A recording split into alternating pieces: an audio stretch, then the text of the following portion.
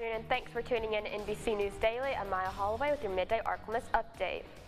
Well, the citizens of El Dorado are not happy with the mayor. A gathering was put together to try to get signatures for a petition to have Mayor Paul Choate recalled. The gathering took place at the El Dorado Fairgrounds around 6 in the evening. The focus was to get 25% of voters from last election to sign the petition. The mother of the missing Aisha Jackson spoke about one reason why he should be recalled. The statement he made, let it lie, that means leave it alone, be done with it. I don't think it's right, and if it was his daughter, what would he do? The gathering was shut down due to inclement weather, and the organizers say to check the Facebook page called Recall Mayor Paul Choate for updates. The Department of Transportation and Development had an opening meeting for the public to weigh in and learn about a proposed new construction project. NBC 10's Joel Massey tells us more.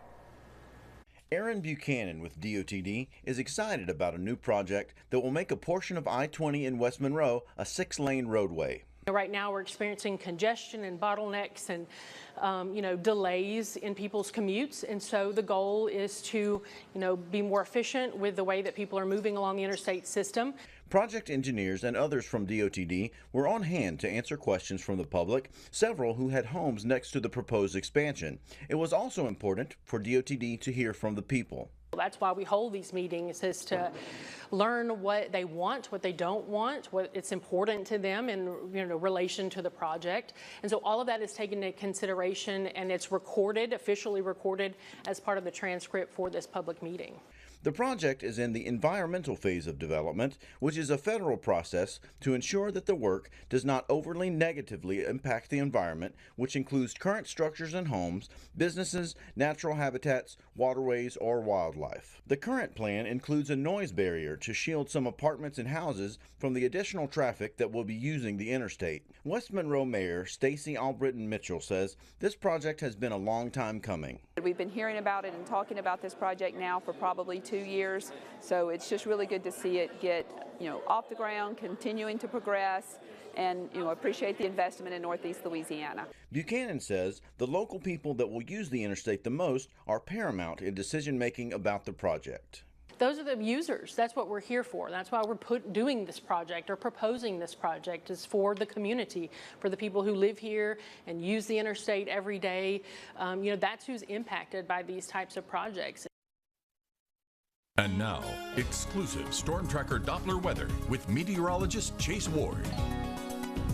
We will continue to see a few more patchy showers, thunderstorms across northeast Louisiana as the area of low pressure continues to move off to the east. Most of it should stay kind of patchy and kind of hit or miss. Not all places will pick up on rain later today, and honestly, parts of South Arkansas will probably see a little bit of sunshine. Now, we'll continue with some clouds, staying partly cloudy pretty much overnight. Really, the heavy cloud cover will stay off to the east along the Mississippi River Valley, and that frontal boundary kind of still stalls out across our area, so we could still see a few more pop-up thunderstorms for tomorrow as we kick off our weekend, but still kind of remaining patchy and looking to stay right there along and south of the I-20 corridor, further down towards the southeast from Winsboro, Jonesville to Natchez. Will be the best chance for some rain for Saturday afternoon. Now, as we head on into next week, we will continue with this unsettled light pattern, and that's pretty much the forecast in a nutshell. It's just staying unsettled. Not everyone's going to pick up on rain, but when we do, it's going to be kind of beneficial and also kind of help keep the temperatures trending a tad cooler. We're expecting low about 70 degrees for tonight, as clouds will still linger. And tomorrow, there is a chance we might see a little bit of sunshine, but don't be surprised if you run into a patchy shower or a thunderstorm, and these temperatures will be a little bit warmer, back to lower 90s, which is actually near average. But next week we will be below average, holding off mostly in the mid 80s from Monday through at least next Friday. As we continue with more showers and thunderstorms, lows will also continue lower 70s.